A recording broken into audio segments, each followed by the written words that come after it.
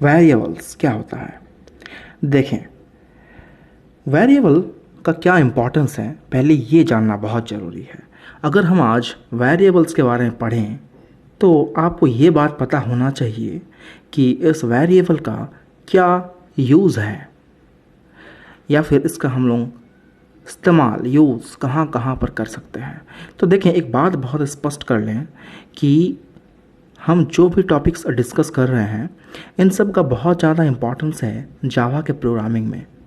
मैं आपको प्रोग्रामिंग लिखने के पहले यानी कोडिंग करने के पहले उन सारे चीज़ों से फेमिलियर कराना चाहता हूँ जो इस प्रोग्रामिंग में आपको हेल्प करने वाला है।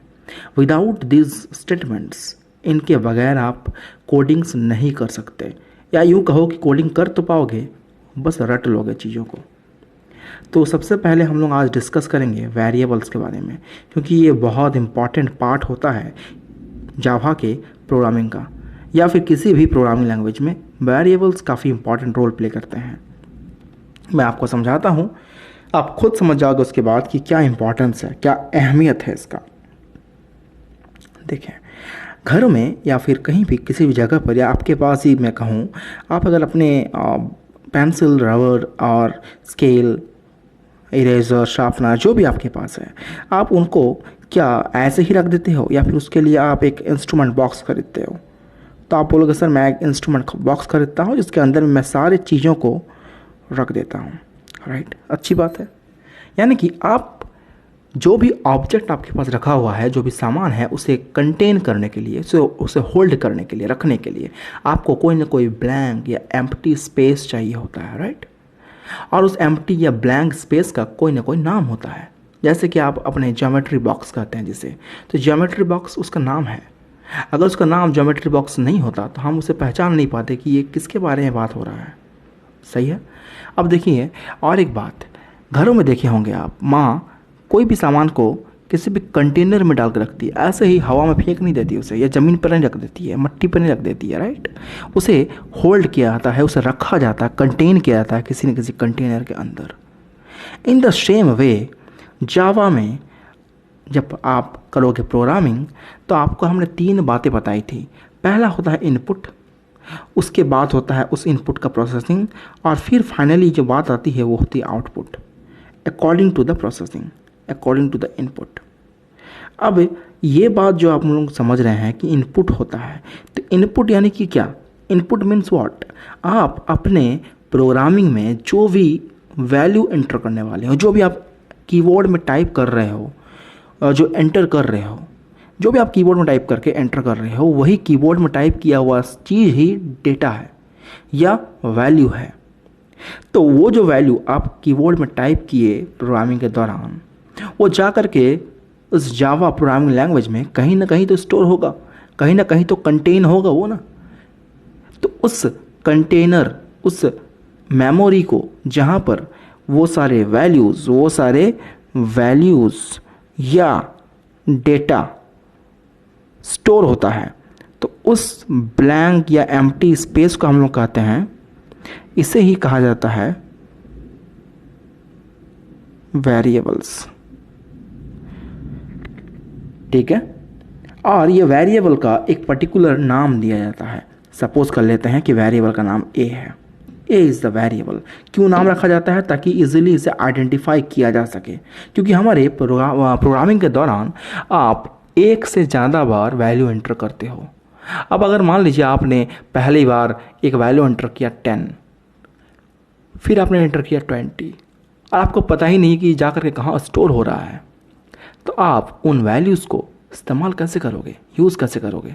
तो उनको यूज़ करने के लिए विदाउट एनी डिफ़िकल्टी हमें क्या करना पड़ता है? वेरिएबल का एक नाम देना पड़ता है, ताकि इजीली उस वेरिएबल को हम आगे प्रोग्रामिंग्स में अपने यूज़ के अकॉर्डिंग, अपनी ज़रूरत के हिसाब से यूज़ कर सकें। यानी कि वेरिएबल को हम अगर समझे तो क्या है? Variable is a memory location या memory space that can hold any value और any data entered by the user. Alright guys, यही होता है। वेरिएबल का एक नाम होता है, कोई पर्टिकुलर नाम देते हैं वेरिएबल का। अब बात कर लेते हैं कांस्टेंट के बारे में। कांस्टेंट्स क्या होते हैं? As its name very clear to all of you कि जो वैल्यू चेंज नहीं होगा, ऐसा कुछ डेटा जिसका वैल्यू चेंज नहीं होगा, प्रोग्राम के दौरान भी उसका वैल्यू अगर चेंज नहीं होगा, दैट मीन्स उसे हम लोग कहेंगे कॉन्स्टेंट्स। हाँ,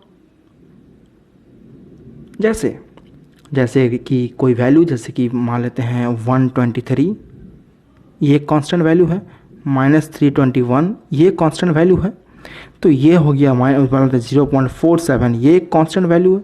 तो ये सब क्या होता है, कभी भी अपना डेटा या अपना वैल्यू चेंज नहीं करता during execution of the program, मतलब प्रोग्राम को रन करने के दौरान। लेकिन वेरिएबल्स क्या होता है, देखो नाम से भी क्लियर है कि वेरिएबल्स अपने वैल्यूज़ को चेंज कर सकता है। कहने का क्या मतलब है, देखो कि आपने मान लेते हैं कि अभी फ़िलहाल कीबोर्ड से 20 टाइप किया और वो 20 कहाँ स्टोर हो गया, ए नाम के वेरिएबल के अंदर में।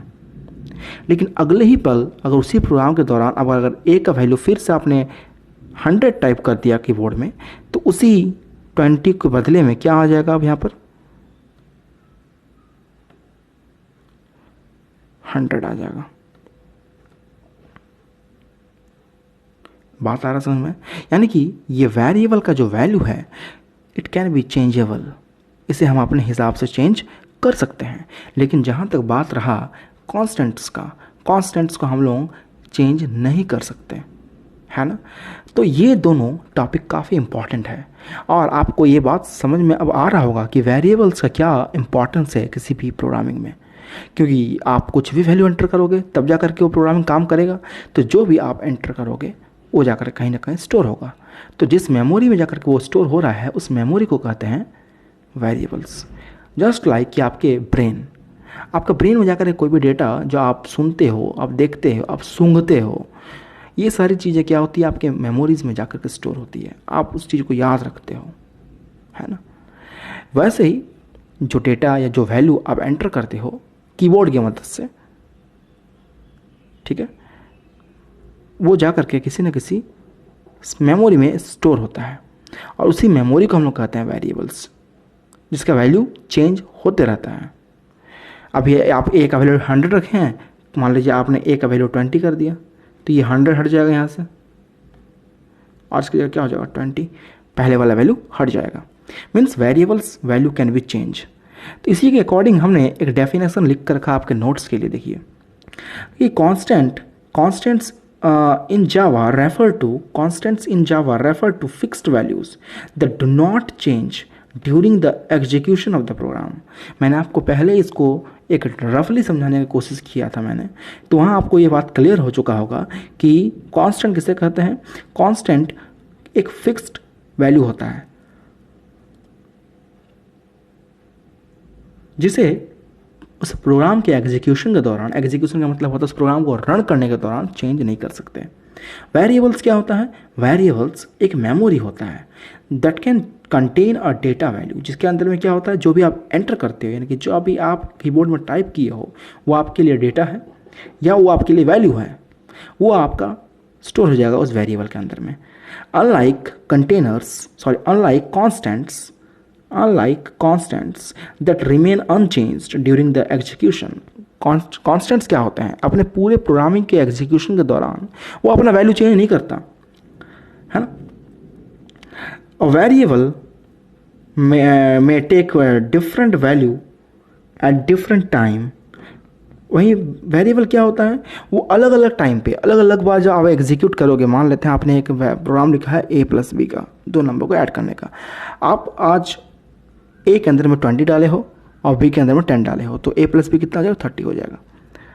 अगर मान लीजिए दोबारा उसी को आपके दोस्त ने रन किया और आप ए के अंदर में डाल दिया -10 और बी के अंदर में डाल दिया 20, तो अब कितना आएगा, अब आ जाएगा 10। तो देखो यहाँ पर ए और बी के बीच में जो वैल्यू हम लोग एंटर कर रहे हैं ए और बी में, दो टाइम डिफरेंट वैल्यू एंटर हो रहा है और दोनों ही वैल्यू एक्सेप्ट हो रहा है क्योंकि इसे वेरिएबल कहा जाता है। बात समझ में आ रहा है। एग्जाम्पल के लिए length, breadth, A B ETC कुछ भी आप ले लीजिए, ये सारे के सारे क्या हैं, वेरिएबल्स हैं। तो मैं उम्मीद करता हूँ आज का ये वीडियो इतना ही है, इसमें ज़्यादा कुछ आपको हम ब्रॉड में नहीं बताने वाले थे। आज हम आपको इतना ही बताने वाले थे कि कांस्टेंट किसे कहते हैं और वेरिएबल्स क्या होता है, कांस्टेंट और वेरिएबल्स में डिफरेंस क्या होता है। ठीक है, ये हो गया पहला चीज़। दूसरा जो सबसे इम्पॉर्टेंट है कि कांस्टेंट और वेरिएबल्स का यूज़ क्या है, डिफरेंस समझ में आ रहा है। वेरिएबल का यूज़ क्या है जावा प्रोग्रामिंग में, तो आपको पता चल गया होगा कि कोई वैल्यू जब आप एंटर करोगे ना, then you have to put this value in some kind of memory.